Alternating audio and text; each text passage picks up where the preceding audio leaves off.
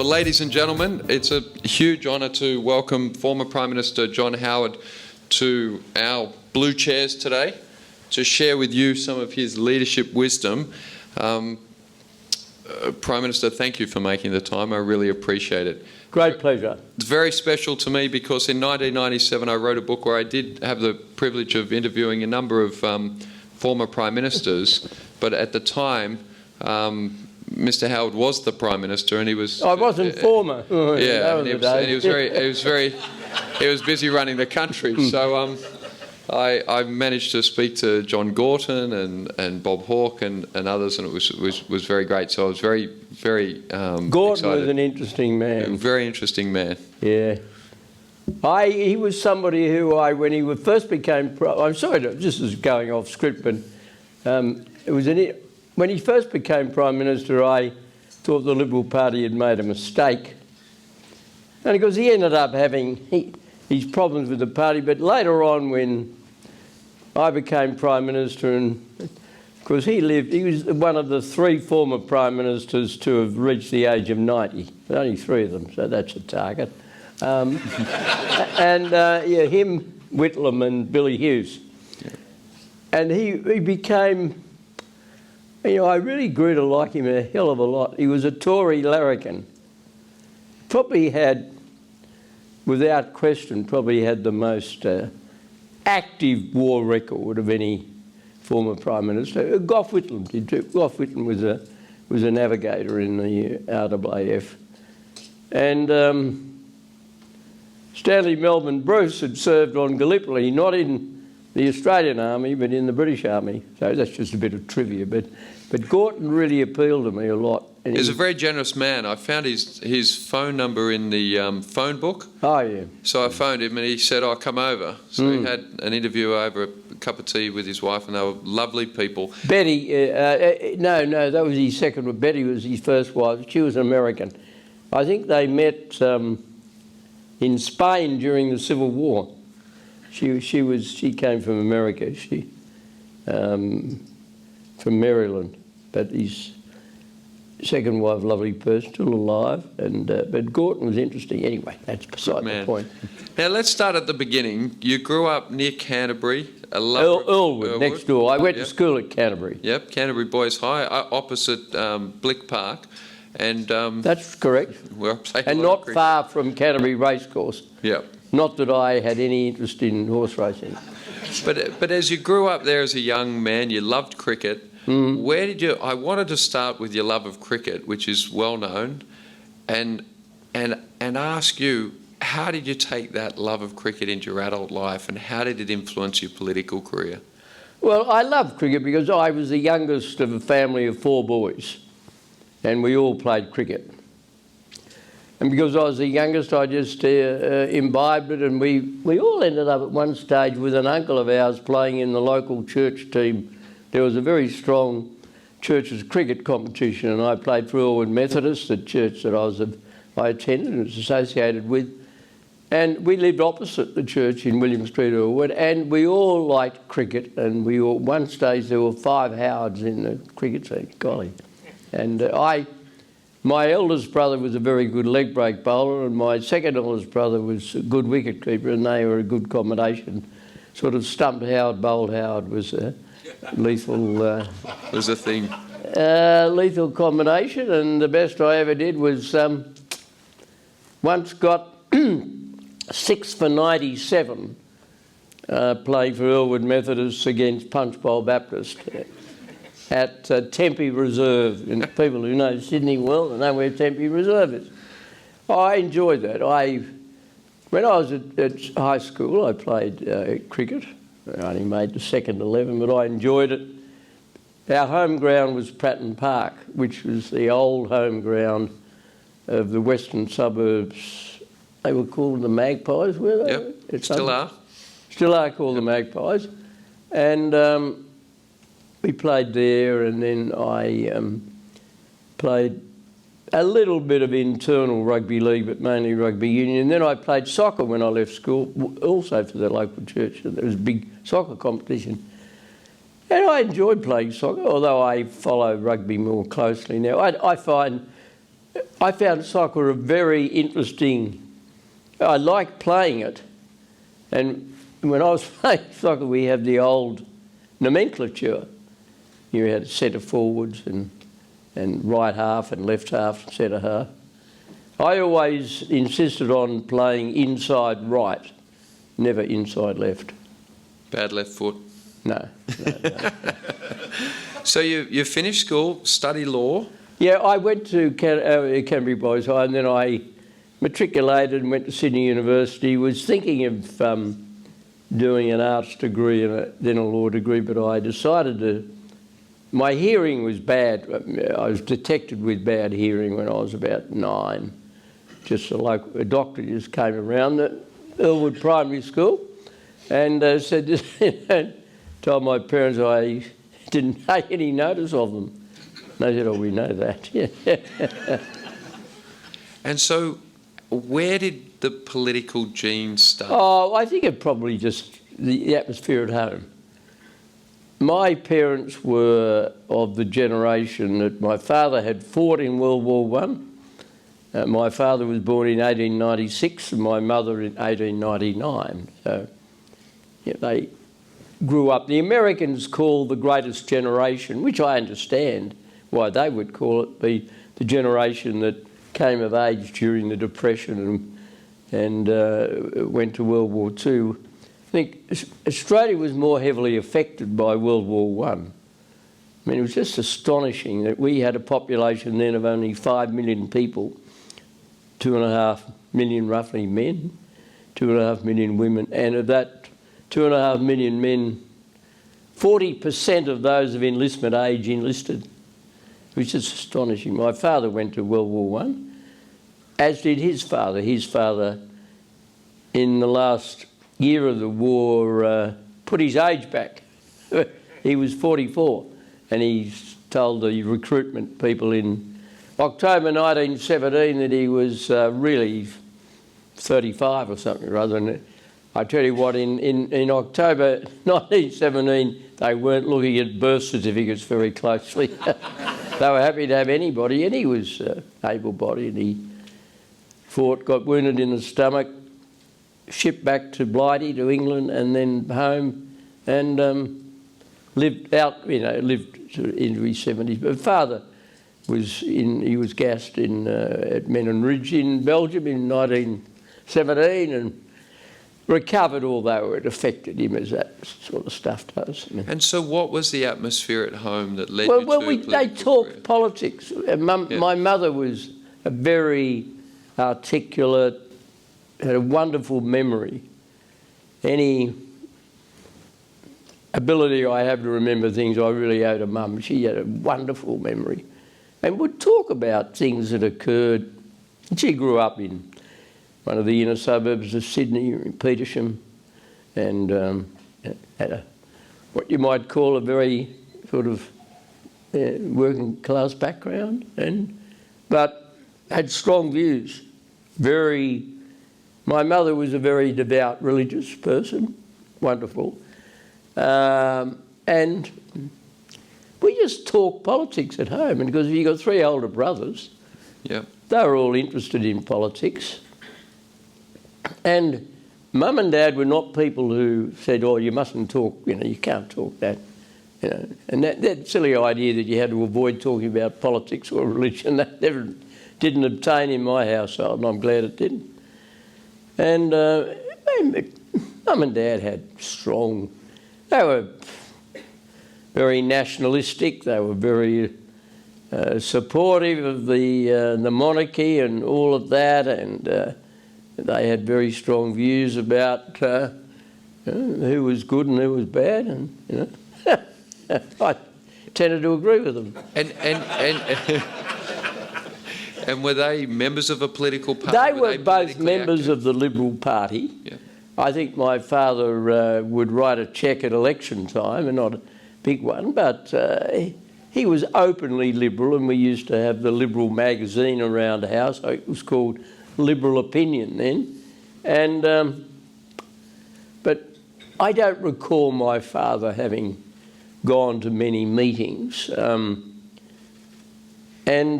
because his health was never... He died at the age of 59 and I was only 16 then, but Mum and Dad disagreed once on a big issue. There was a referendum, remember them? And we had one recently, didn't we? There was a referendum to ban the Communist Party. It was held in August of 1951. And in August of 1951, the Communist Party was seen as a threat because communists, openly communist people, had got control of major positions in a lot of the big unions. And they were seen as a threat. And they were opposed very strongly by many dedicated people in the Labor Party who saw that as a threat. And anyway, and it was only in 1949 that China had fallen to the communists. Anyway, Menzies wanted to ban the Communist Party. And Dr. Bert Evatt, who was then the leader of the Labor Party, opposed the referendum on civil liberties grounds. He said, you can't ban it. And my mother agreed, not with Evatt. She'd never said, oh, no, I don't. I made up my own mind. It had nothing to do with him. I mean, but it happened that her view was same. And my father voted yes, my mother voted no. And I remember one night they had a sharp argument about it. And my mother just said, well, I don't care what you think, Lyle, I'm voting no. So you grew up in a household where ideas were discussed and there was a contest of ideas, there was political engagement. Oh, yeah. You joined the Liberal Party at I joined the Liberal Party when I left school. I left Canterbury High at the end of 1956, went to the law school, and I joined in the Liberal Party and got very involved. And yeah, there it is. But it was, we were always encouraged. I have three older brothers. Two of them are no longer with us. They were both Liberals, strong Liberals. My surviving brother, with whom I'm very close, he's a member of the Labor Party, but we don't argue about it. We gave that up years ago. And what's the point? What's the point? And blood is thicker than water. Yeah, absolutely. And at what point did you first have the political ambition? Oh, I think I had it when I was at school. But it's something that is there, and I remember when the last years I was at Canterbury High, I was asked, as every other boy in the class was asked, to write down the three occupations that I might be interested in. And I wrote lawyer, journalist and detective. And at that time, of course, I didn't see politics as something you did as a profession, as something you went into after you were something else. And I think we've got too many people now who spend all their life working in politics, working on a politician's staff, working in corporate relations in a company and not really getting any of life's experience. But I just got interested and I ran for a state seat, Drummoyne, in 1968. It was a marginal seat. I was meant to win and I didn't. I was defeated by an extremely well-liked local member, Reg Cody, who was he'd been a senior office bearer in the Brewers Union. And he was lovely. I mean, everybody liked him. He was a hard-working local member, and enough people said, we're not going to tip him out for this young upstart. So I'm rather glad I lost the seat, because if I'd have won it, it would have only been by a few votes, and then I'd have lost it the next time around, and they said, well, he's no good. Fortunately, I lost. And so when you first were elected, when did you first think that you could I was first elected in 1974. It was halfway through the 3 years that Gough Whitlam was Prime Minister. Now, Gough Whitlam, I didn't think he was a good Prime Minister, but he was a wonderful parliamentarian. He had a great sense of humour, He had a great turn of phrase, and he's about the most impressive parliamentarian I saw in the whole time I was in politics. And I had a good relationship with him. Then he stayed in Parliament quite a while after he lost, and he was good to talk to, and I used to visit him a bit as he grew old, because he lived to 98. He was in great shape until right at the end, and but I just I always was interested in issues, and I think politics is above everything else a battle of ideas. It's not a public relations contest. It's a battle of ideas, and I met Malcolm Fraser for the first time. I'd seen him on television a bit, and I thought he could argue a case then quite well. And there were some other characters, and I met the three people who ran the Country Party at that time, Doug Anthony and Ian Sinclair and Peter Nixon. They were very likeable, trustworthy, tough, but very effective political figures. I liked them a lot. So when you were first elected to federal parliament, you're a young, relatively young man. Well, I was 34. Yeah, so you're a very young man. That's pretty young, yeah. Yeah. Does seem very young now. Jeez, 34. And what did it feel like? And when you look back now, can you believe the career that you had, given where you started? Oh, look, I was excited to be. The really big moment was to get chosen as the Liberal candidate for the seat of Bennelong. Now, Bennelong, which then comprised Lane Cove, Gladesville, Longueville, Northwood, and Ryde, large parts of Ryde. It's been altered a bit, although the latest boundaries push it back to what it was originally. But it was not ultra safe like Bradfield, which was Gordon, Killara, not ultra safe, but it was safe enough. So I thought, well, I ought to be able to win this, and I did. I got a bit of a swing my way, and I managed to hold it for 33 years. But I was defeated in the end because there was a swing in favour of Kevin Rudd's Labor Party in 2007, and the boundaries had been periodically altered. And when I, once again, you know the geography of the lower North Shore of Sydney, when I started off, the southern boundary was Hazelbank Road, North Sydney, which is near the Mater Hospital. And when I was defeated, the southern boundary was Pittwater Road, Gladesville. Gee. And when you lose places like Longueville and Northwood and Lane Cove, which were progressively moved out, it does alter the complexion. But I was very excited, but once I got there, I immersed myself. And one of the advantages I had, I'd been a very keen debater at school and had developed a capacity to speak impromptu without having to read. I think people who read everything they say it's not engaging. Well, it doesn't engage people. I mean, I don't want no names, no pact rule, but I think you've got to have some capacity to look people in the eye and talk to them. So the big things that you wanted to achieve in that political career, were they similar when you were first elected, and how did they change over time? Some of them changed. I didn't foresee, when I was first elected, the rise of terrorism. I was very conscious of the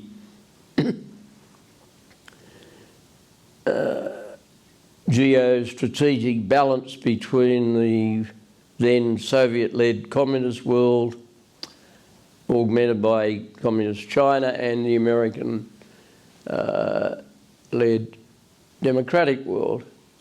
I was conscious of that, and I was aware of the importance of our relations with our near neighbours, with Indonesia, with China, Philippines.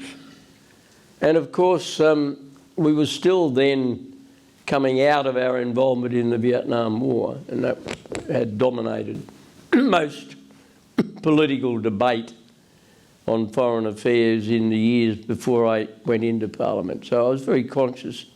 But later on, particularly after 9/11, when terrorism became, and whenever we talk about foreign policy now, there's the background story is terrorism, and in its different forms. I mean, I just read something in the paper this morning about some lunatics in Vienna were talking about driving a truck with explosives into thousands of people who were attending a Taylor Swift concert. It was just terrible.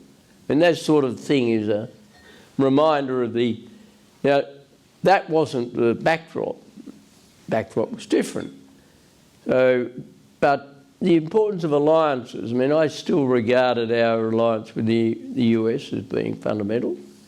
I mean, we owe the Americans a great deal for what they did in World War II for us. And of course, it's always good to have the big guy on your side. Yeah. I mean, I can't understand how these people run around. I mean, once again, no name straight factored, or running around saying, oh, you don't need that. I mean, I have... And of course, in those days, the Middle East didn't dominate things as much.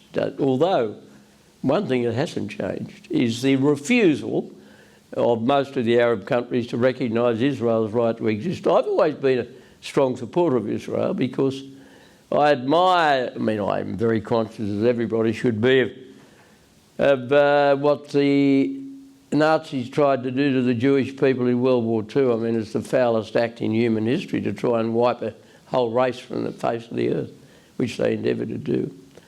And Israel has survived. It's the only democracy in the Middle East. Middle East. No other country there goes remotely near being a democracy, and I think, I know this is very partisan, and I recognise the fact that a gathering like this are people of different political views, but I think if the government, the current government, and led by Mr Albanese, had really come down hard after October 7 and said this is completely unacceptable, we wouldn't have had this anti-Semitism. I mean, it's a terrible thing. I know people who emigrated to Australia, who'd lost parents and grandparents in the Holocaust, who said to me for the first, emigrated here in the late 40s. And they said for the first time they felt unsafe. Well, that's terrible. So you went to Parliament in the mid-70s, there's an oil crisis, there's a different geopolitical situation with the US and Russia. The Arab states, a lot of their oil had been controlled by Western powers and changed over time, which has changed things. The world we're in now is so different. But going back to sort of through the 80s and the 90s, the changing, you were so involved in industrial relations and the economic development of Australia. How did that sort of 25 years from the mid-70s to 2000? Well, there's no doubt that the time I entered Parliament coincided with a huge upheaval in the world economy. You had the quadrupling of oil prices, you had the breakdown of the post-World War II fixed exchange rate regime, which had been established in Bretton Woods by Maynard Keynes and the Americans. You had all of that, and economically, it was very different.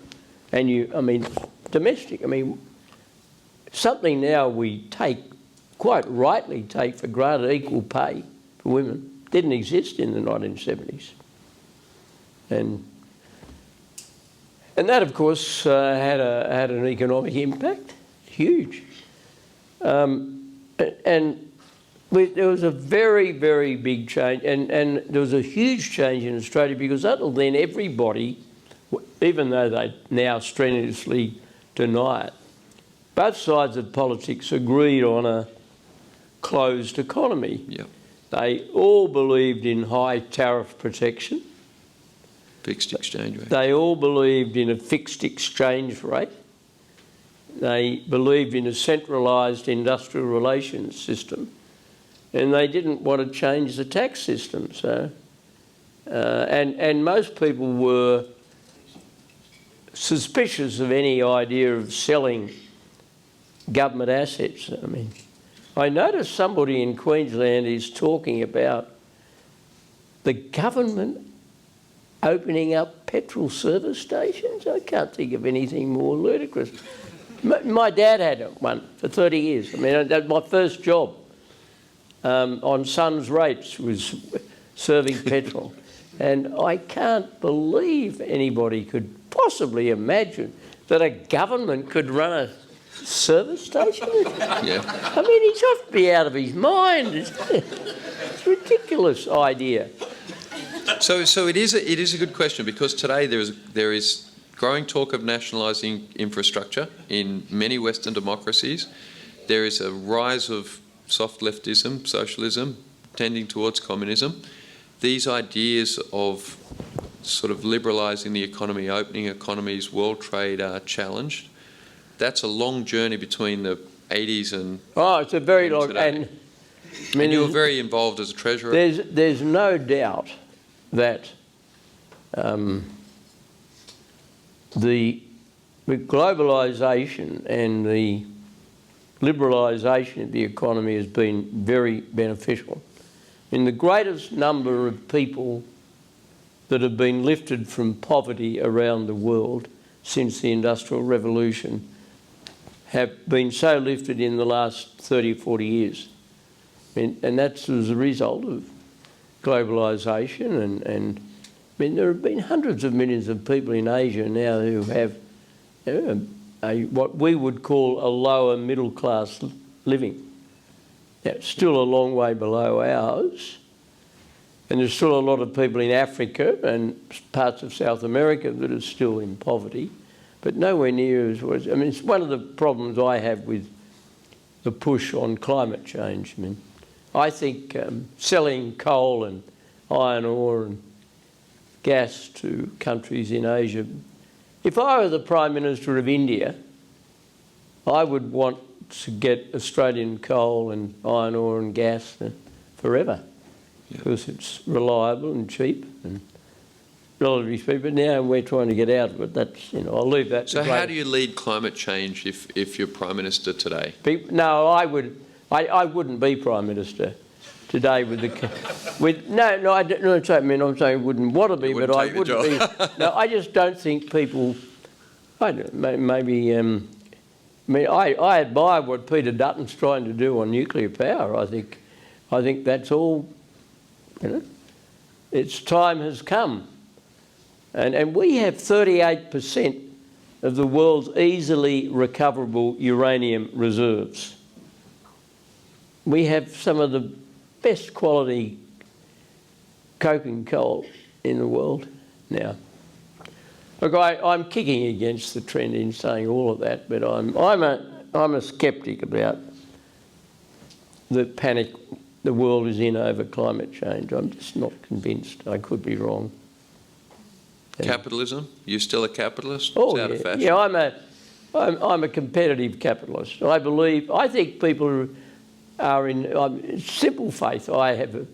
People are entitled to make as much money as their ability allows, providing they do it honestly and they pay their fair share of tax. I don't care. I mean, if people want to, and I think people who cheat, who break the law and making money, they should be hit very hard by the law. And I think people should pay. I mean, when I was Treasurer, I annoyed a lot of people in forcing people who thought tax was for other people to pay their share. I didn't apologise for that because there's a lot of people who work very hard. I saw how hard my father worked in a small business. Terrible.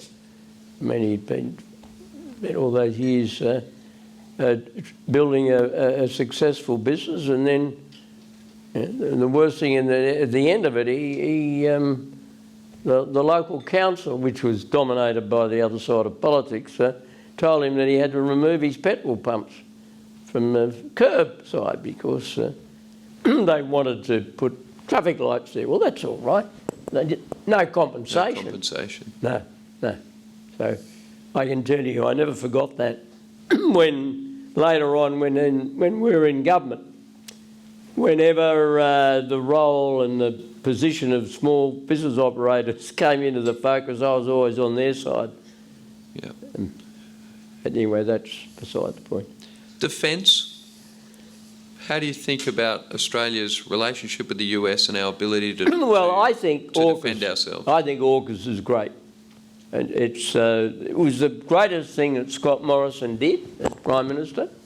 Most important defence alliance Australia's entered into since World War II, after ANZUS.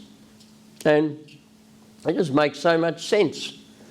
And I'm very pleased that it happened while we were in government, because it meant that even though the other side may have had some equivocation, they weren't willing to voice that in opposition, and they support. And I give full marks to Richard Marles and others for their support of AUKUS, and I think it's very genuine, and I hope they continue to maintain it.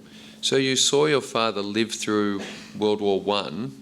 Well, I didn't. I mean, I wasn't born until 39. But, Yeah, sure. Yeah. Sorry, the effects on your father. How at risk do you think Australia is? How febrile is the world today, and at risk of a major conflict? And how prepared is Australia in your view? Well, I think Australia is still a very stable, peaceful, happy, cohesive country.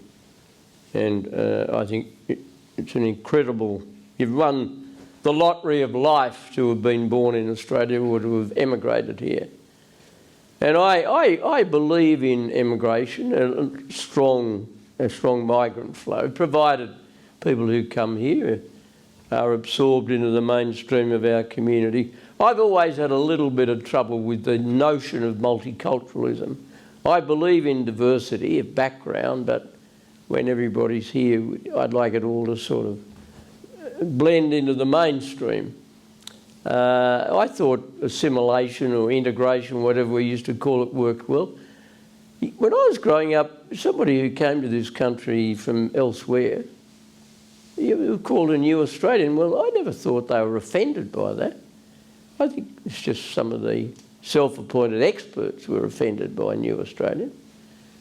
I mean, I grew up in the suburb I grew up with in Elwood was a very sort of Anglo-Celtic sort of place, and then later on we had lots of Greek immigrants. They blended in. The Italian boys went to their local Catholic school and the Greeks went to the local public school. And it sort of worked. I don't know why we then got, so we have to sort of remind them that they're of a Greek or Italian background. No, they didn't want to be reminded of that. They were just happy. I mean, provided we who were born in Australia or had an Anglo-Celtic background completely accepted that there were other people on the face of the earth and they were very welcome. They didn't want to be reminded of it, and I just think we started during the time of Al Grasby and Gough Whitlam. This is one where I think Whitlam got badly wrong. They started obsessing about their background. I mean, and I think it was wonderful that after all the history of the White Australia policy, we finally got rid of it. And now in Australia there are 26 million people roughly, and there are 1.6 million of that 26 million are of Chinese heritage. I think that's good. Sydney is a very Chinese city now, 600,000-700,000. Chinese is the most widely spoken foreign language in Australia now. So how would it used to be Greek, but it's now Chinese. So how would you lead that multicultural? Well, I mean, it's very hard. I mean, you get these ridiculous statements, such as, multiculturalism is our national cement. No, it's not. I mean, I'd have thought things like equality of opportunity, a fair go, they're our national cement. I mean, one of the great things about this country many great things is that we have a good sense of balance. That's why I called a book I wrote, A Sense of Balance. To start with, we inherited a lot of British institutions, obviously the language, rule of law, freedom of speech, parliamentary democracy, free media. And we embraced them, thank heavens. They're very good.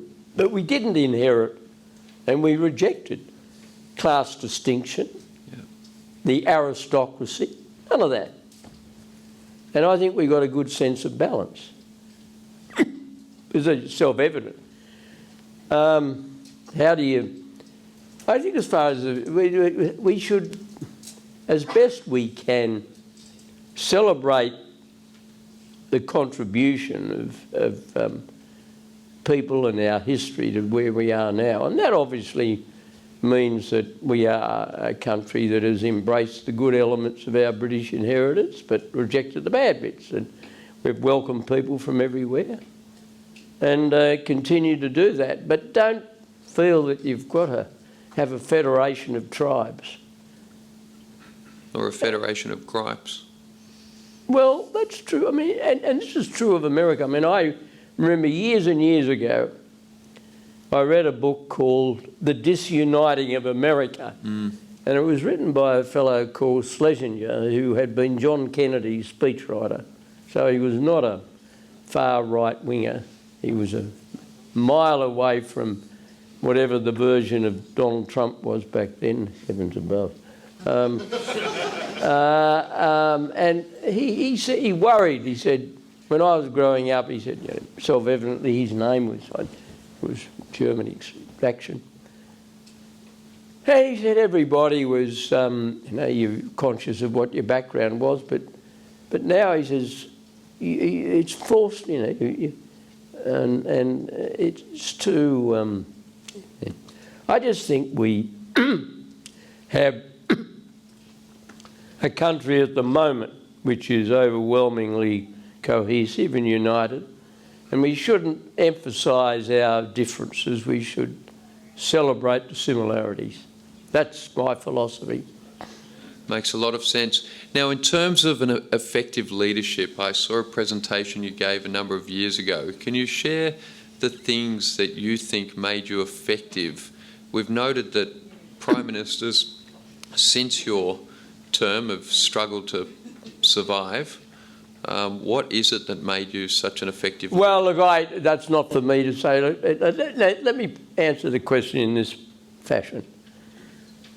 I think to be an effective leader, and this applies whether political party, an army corps, a football team, whatever, you need first and foremost to make it very clear what you stand for.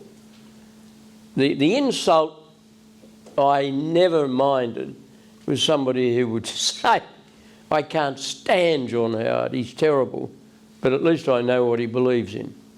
And that to me was a compliment. And I think we've got too many leaders in all sorts of places who don't have any clear idea of what they believe in. And you can't enthuse people unless you make it very clear to them what you stand for. And I think failed political leaders, and somebody who gets a leadership position and says, well, my golden rule is I'm not going to make any mistakes. Well, he's doomed. And the person in history that I admire most is Winston Churchill. Churchill made some terrible mistakes. I mean, a lot of Australians thought his overlordship of Gallipoli was a bit of a mistake. He supported Edward VIII in the abdication crisis. He took Britain back onto the gold standard when it manifestly shouldn't have. But I tell you what, he got the big things right. He knew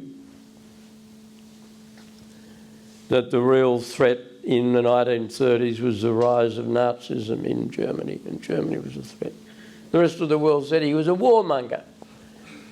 And I discovered only recently that not long before he became Prime Minister, moves were underfoot in one of the branches in his constituency to take away the endorsement of the Conservative Party. What caught my eye was that the branch in question was Epping, and I had an Epping branch in my old electorate too, so it just sort of...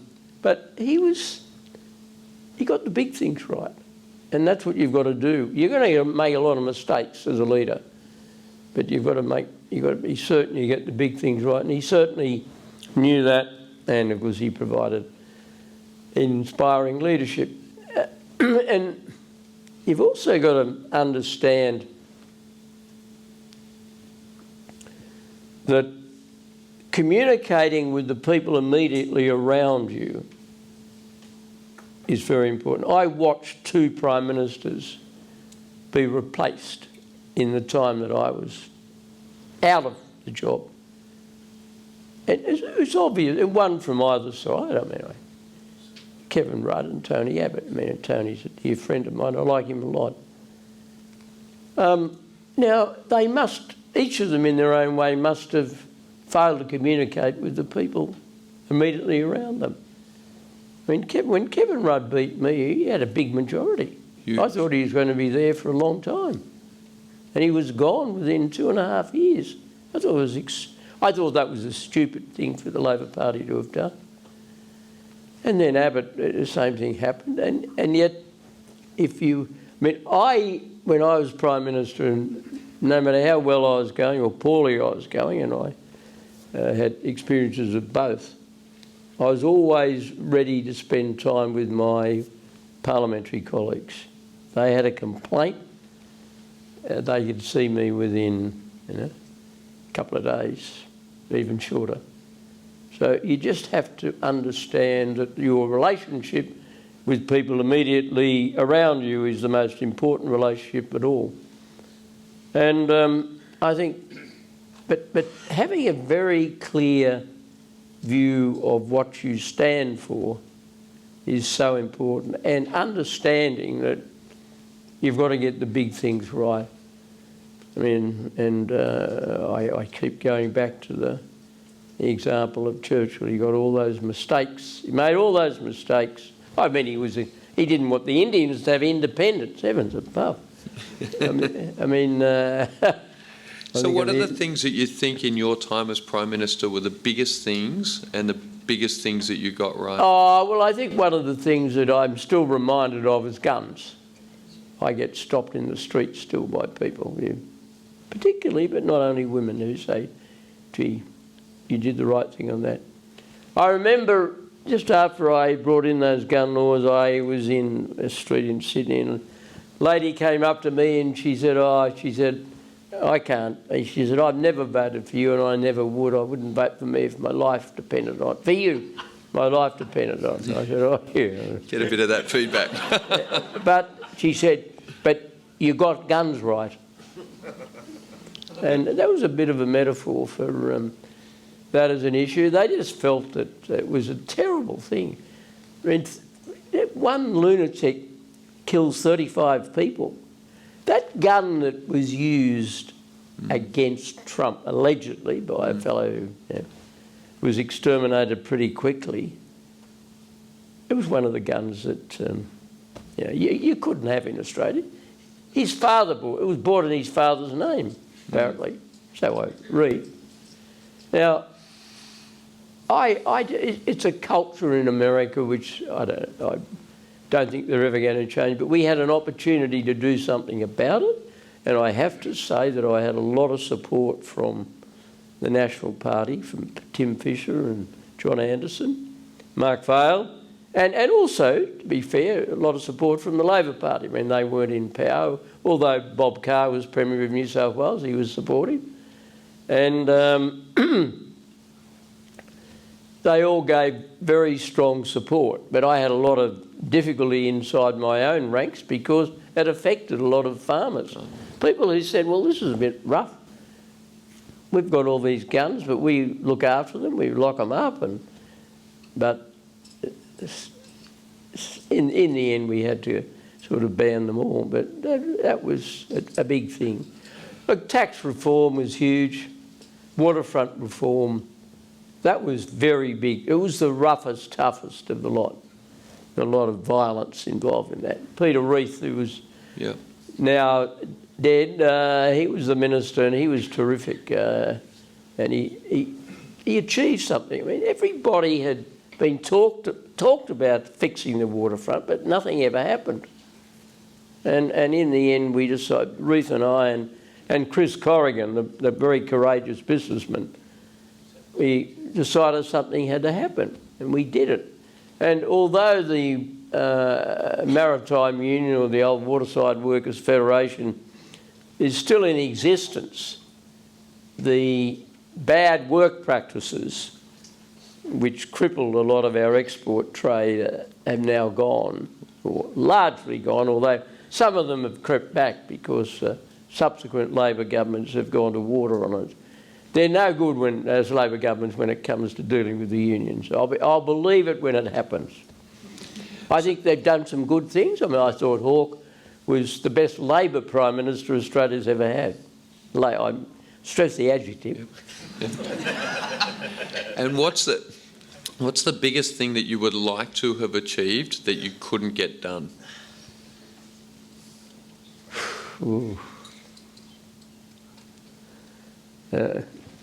Win the 2007 election. Because in politics, there's not a lot you can do. Although you can do stuff from opposition.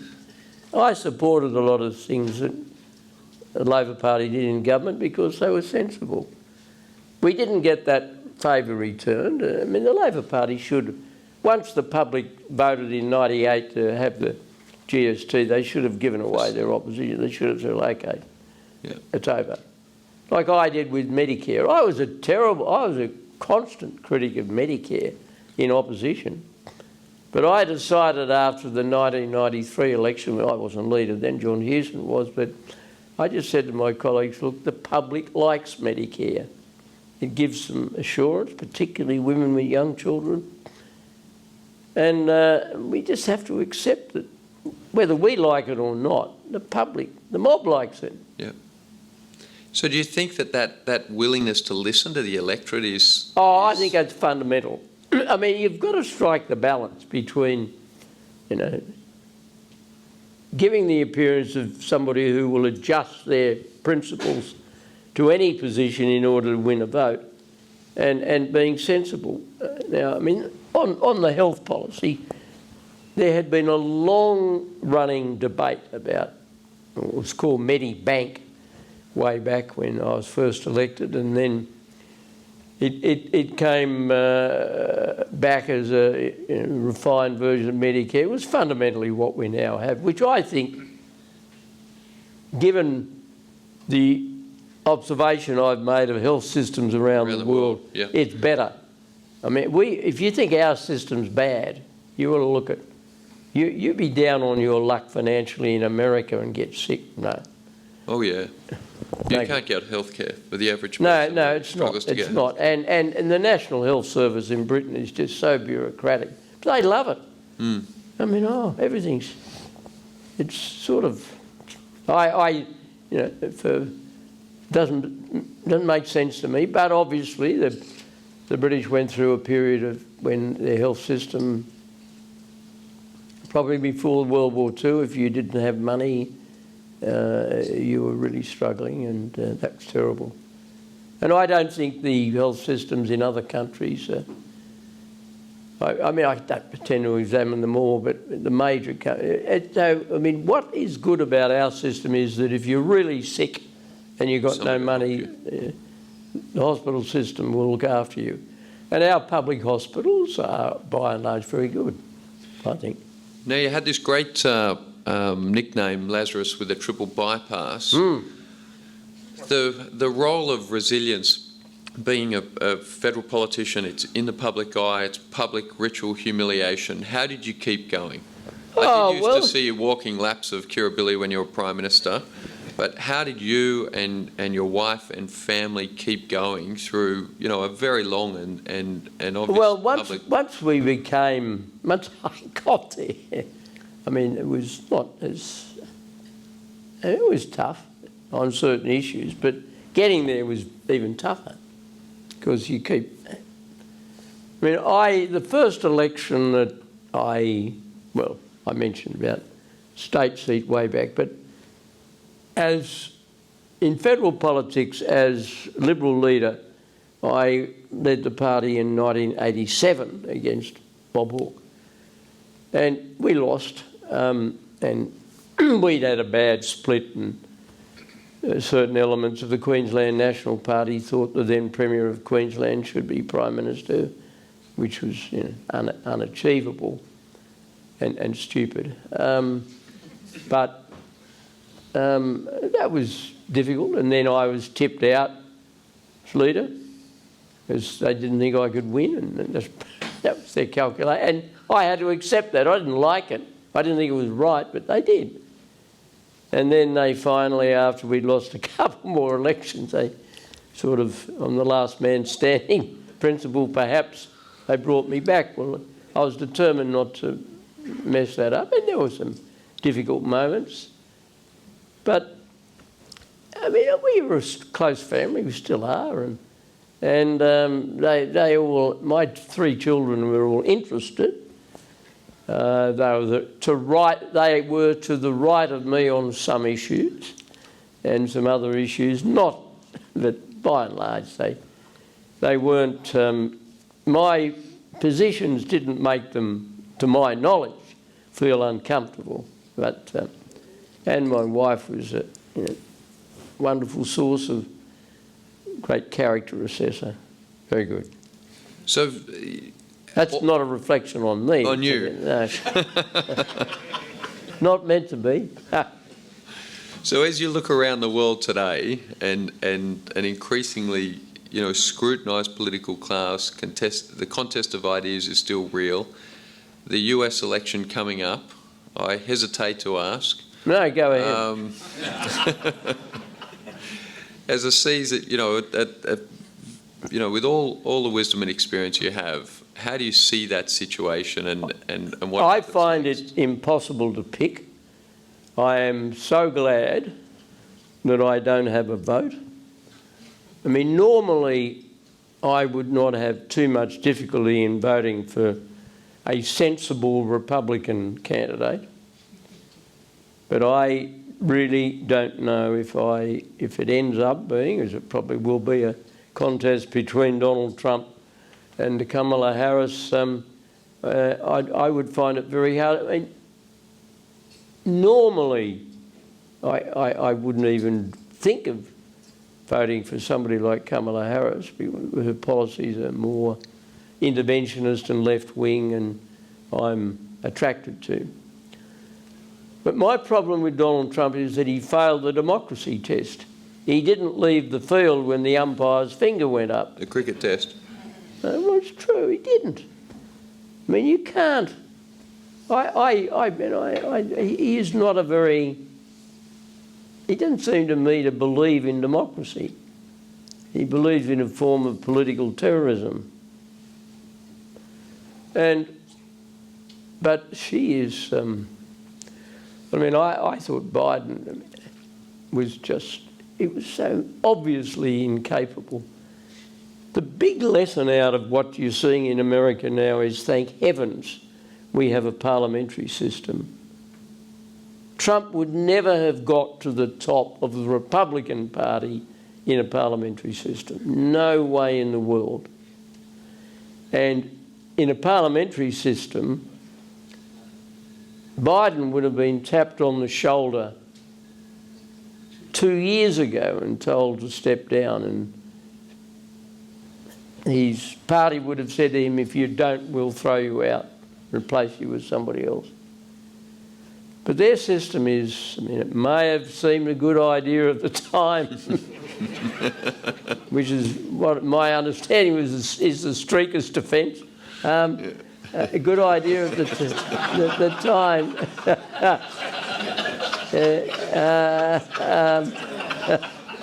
But I just couldn't. It was just, I think this system is so poor, and there's an enormous benefit in peer group assessment. And one of the great things about our system is that you can't get to the top of a political party. There may be people in this room who think Albanese's hopeless. There may be people in this room who may think Peter Dutton's hopeless. But they've at least been through a process. Yeah.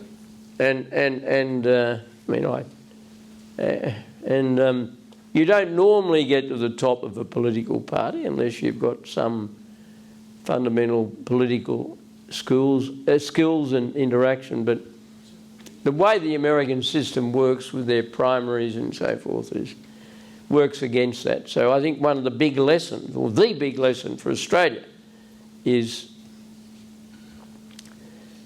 have a parliamentary system. We've just seen a change of government in Britain.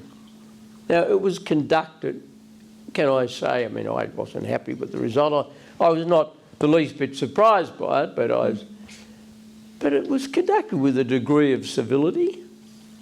And Rishi Sunak and Keir Starmer said reasonably polite, complimentary things about each other. And I mean, I think you had an even better illustration of that last year here in New South Wales, where Perrottet and Minns, both of whom were, I thought, very capable people. I mean, I obviously thought Perrottet was better, but they behaved in a civil fashion. They both believed in the system. And I think it's a woe. Thank heavens, though, the American economy still continues to boom and prosper, and the free enterprise spirit is so embedded in that country that even their political system can't destroy it. So you have strong hopes for them? You have strong hopes that the system, the American system, can survive their country? Oh, well, it will survive. They won't change it. There's no chance that they'll change it, but I think it'll I mean, America's had some great presidents in the past. I mean, I thought Reagan was a great president. I thought Truman was a good president. He's going back a long way. He got the job unexpectedly, but he was, he took some big decisions, like dropping the bomb and atomic bomb, and we'll never know whether Kennedy would have been a great president or not. He died tragically too young. But on the other hand, Carter seemed to me to be a poor president. The contest in 2012 between Obama and Romney seemed to me to be, I mean, Romney had been a very successful businessman. He'd run Baines, hadn't he? He seemed to be very successful and reasonable. And Obama, of course, he was the first black president, which was a huge achievement. It would have given great inspiration to the African American community after all the history of that troubled relationship. But anyway, I don't know what will happen. I just don't know. I can only echo the view that most people have expressed in the last week or so, is that the abrupt removal of Biden and the emergence of Kamala Harris, and she's obviously chosen as a vice presidential running mate somebody who sort of epitomises the mature age white man. I don't think he's a threat to her, but how she will hold up to the scrutiny of an election campaign, I don't know. I think Trump will have great trouble debating her, because I don't think he'll know how to behave. No, I'm serious. I don't mean that. I'm not trying to condemn him with the description, but I just think, I mean, he is a bully. And bullies don't know how to handle people who are not, on the face of it, counter-bullies. And for a man who's a bully in public life, who's against an effervescent, happy-sounding, happy-looking woman, he will be conflicted. If he's too subdued, people say, what's happened to him? And if he misjudges his measured aggression, as he would call it, he might go over the top. I just don't know. I'm not. He won't be asking me for any advice. It's a great thing. He's not I've known a lot of American politicians, but he's not one of them. Anyway, they've produced some great figures. I think it would have been a great thing if Colin Powell had been a candidate for presidency, but he made it very clear to me that his wife would have been very unhappy about Condoleezza Rice? Condoleezza Rice? How do you think she was? She was not interested in running for elected office. Because in the American system, you can rise to the top without having been elected to anything.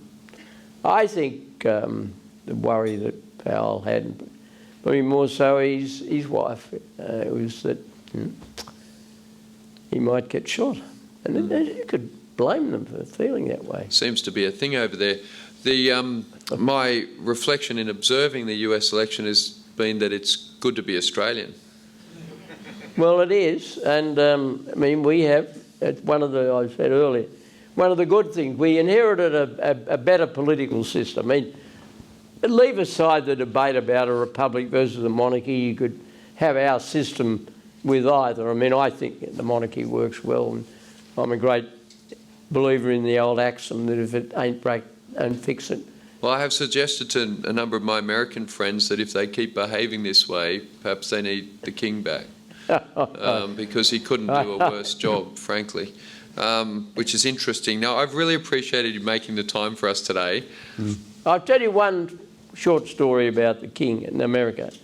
We had the APEC meeting in Sydney in 2007, and we used Government House in New South Wales, headquarters. And when George Bush was there, we were wandering around and looking at the old photos, and I was trying to manoeuvre him over to a photograph of George III, who'd lost the American colonies. And I wanted to get a photograph of me and him in front of George. And he said, "What are you doing that for, Johnny?" I said, "Oh." Then he says, that's him, isn't it? I said, "Yes." He said, "No, let's go." So we have a system set up here where we can get people to send emails through and put up questions. I think we've got a little bit of time, if you're happy to. I'm happy, yeah. Take some questions. If anyone's got a question, pop your hand up or pop it through the system and we'll... If you could do something differently the next time around, can I ask what your biggest... Yes, I think I made a mistake with the work choices legislation in appearing to remove the no disadvantage test. I don't think it would have altered the result of the election, but it would have influenced a bit the reporting of why we lost. I thought we lost in the end because people have got tired of us. And you do have a use-by date. And I think that was the main reason. But that was a mistake. Look, there are other things. I think the major issues, I mean, I was criticised later for not delivering a formal apology to Indigenous people. My view is that you should apologise for your own mistakes, not for the mistakes of those who've gone before you. And I think the whole idea of giving an apology for the deeds or misdeeds of people who went before you is false. Yeah. Thank you. Just wondering, what do you take from memory retention? What do you take from memory retention? Your memory's so... Whenever I see Mr. Howard in the lift in the MLC Centre, if you ask him who won the Ashes in, he will tell you. What do you take from memory retention? And genuinely... I thank God for my dear mother. She had a wonderful memory. My father was the eldest of 9 children, and therefore I had multiple cousins. And Mum knew the day on which each of the 25 of them or whatever were born. and her mother-in-law, my late grandmother, we used to always ring her up and say, you know, is it so-and-so's birthday next week? Or So it must be genetic. It's one of those good things to have. She's lovely. Is there a question on this side of the room? Here we go. What are some life lessons you would share with young people today? Oh, hard work, loyalty, sense of humour. Very good. And how do you see Australia changing over the next 20 years? Is there any advice or warnings you would share? I'd worry about the difficulty of home ownership. That is a worry. What would you do today if you were... Well, I would abolish state governments and local governments. They impose all the restrictions on land development. Now, when I say abolish, I mean abolish their negative influence. I think the biggest single problem with housing development is a supply problem. Okay. It's not a demand problem. And because the truth is that 80 years ago, you could buy and service, buy a house and service a loan. I mean, the first house my parents bought in Riverview Road, Undercliff, was a modest-sized house. Then the family was only two children. And they paid for it. And you know, Dad wasn't making a fortune out of the garage. He never made a fortune out of a petrol service station. So I'd say to the Queensland Premier, he'll go broke with that.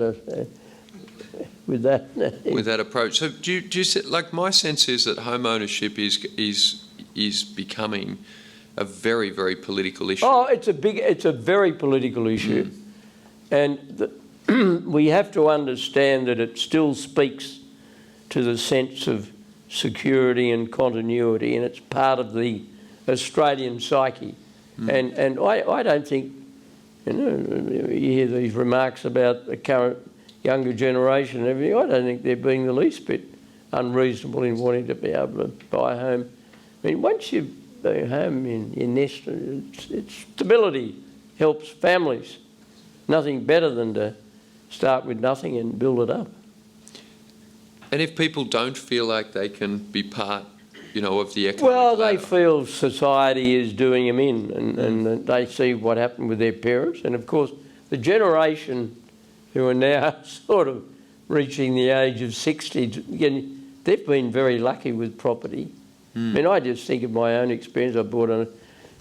We got married in 1971, and we bought an old house just around the corner from the unit we were occupying then in Wollstonecraft. Now, admittedly, we're slightly better off than many, but not, you know, we didn't have any capital or anything like that. And we bought an old house, and you know, I just think on the numbers now, we're still living there.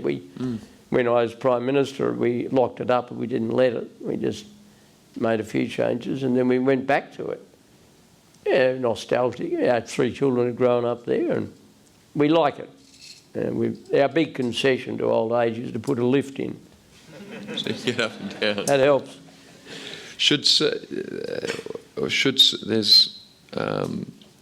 What's your view on the size and expansion of US debt? Oh, well, you've got to worry about that, but I don't know. I mean, they just seem to get by. But I mean, I think governments and populations should always worry about debt. This idea that debt doesn't matter is ridiculous. It does matter. And you've got to live within your means. And I think it's true that America has not been living within her means. And that would worry me a lot about another Democrat administration. And Biden spent like the proverbial drunken sailor. So do you think here, you know, your government got Australia's debt down? We inherited $96 billion of net debt, and we got rid of all of it. And that was, you know, some of it was through selling assets, but I don't think governments run any business very well at all. Although, I mean, I know that in the news today is some criticism of the management of one of our largest companies, but whether that's justified or not, I don't know. I reserve my judgment. I thought some aspects of Alan Joyce's administration of Qantas were very good. I thought he showed a lot of courage in standing down the entire workforce on one time when he had the industrial dispute. But anyway, there are other issues. I'm no expert on that. Now, should serving terms be extended to longer than 4 years? Very much so. And what's the ideal term? Well, I think 4 is about right. Yeah. 3's too short. I'm not sure, incidentally, that you'd get 4 carried if either side of politics opposed it. Yeah. See, one of the quirky things about our constitution is that the term of parliament is fixed effectively in the constitution. So you've got to have a vote to extend it, and that's a problem. Can you get any real problems solved? Well, yes.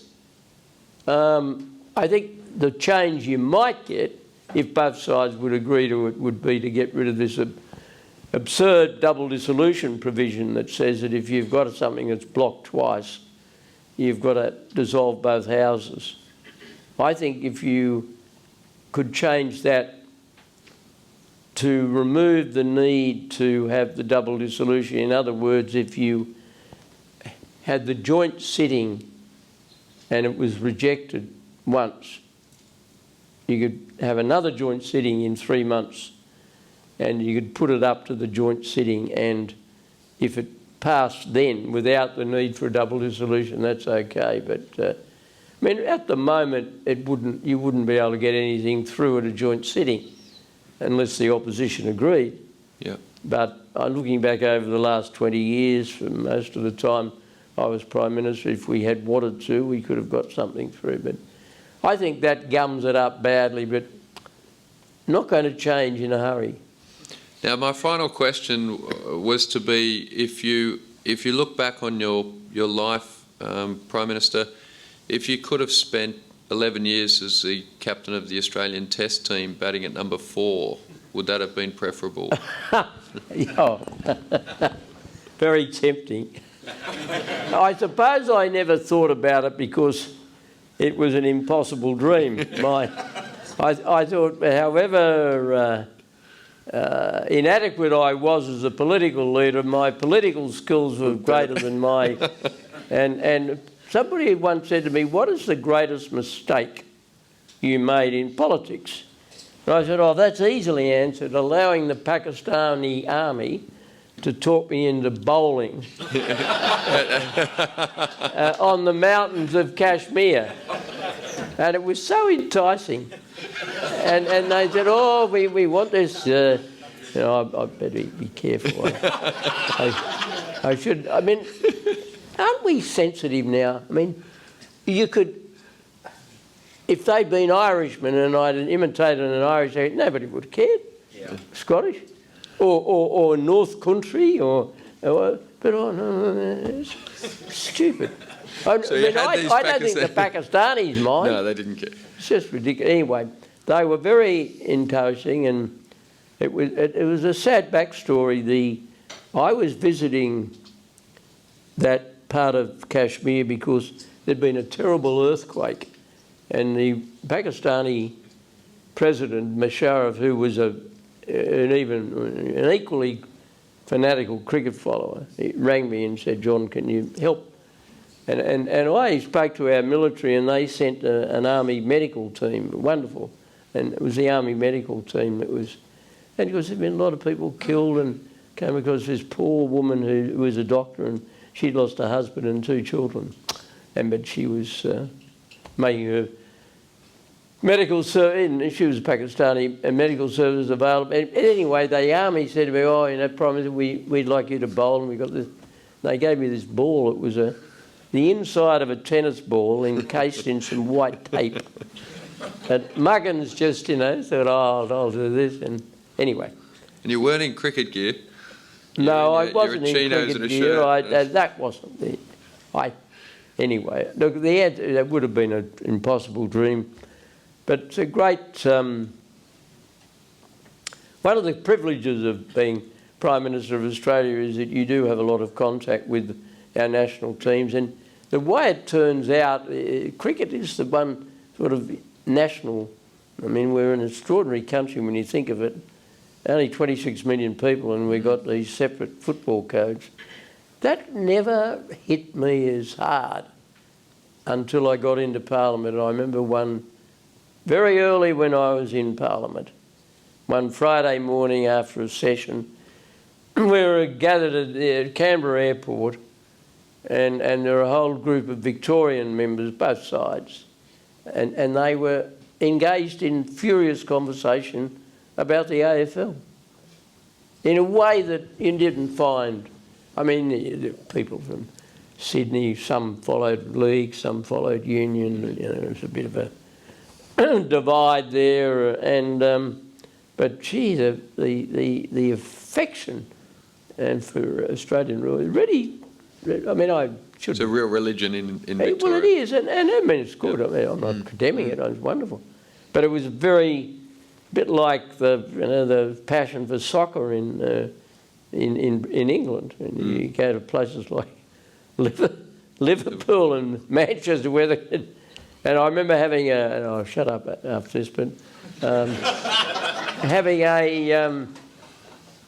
that wonderful man Ange Postecoglou, who'd been coaching the Rangers or Celtic, one of the two. And I ran into him, believe it or not, at the cricket last year. He was a guest of the Australian Cricket Board at Lords, and we started talking about football. He was just about to take over at Tottenham Hotspur. And because he's done so incredibly well, and he was just describing to me the passion, and of course particularly in Scotland between Celtic and Rangers, which has a long history to all of that. Yeah, but the cricket, it's a national game, and of course over the years we've had dominance of different parts. I mean, there was a time in my early political years where Western Australia seemed to dominate all of it. We had Lilly and yeah, terrific. Well, I could sit here and ask you questions all day. I'm getting the red flashing light, which means that we're out of time. It's been a real privilege. I've wanted to interview you for many years. I hope everyone's enjoyed the time. I think it's an incredible privilege. Now we have here one copy of A Sense of Balance, and we have two copies, which is great. They are signed, and I'll get Mr. Howard to sign them to you. Is there somebody in this room that will read this book and treasure it? Oh, there's a lady there, and there's a gentleman there. Great. We'll give these books to you, and we might, on Mr. Howard's way out, get him to put names on there for you. Thank you so much. Thank you, Brett. Thanks a lot.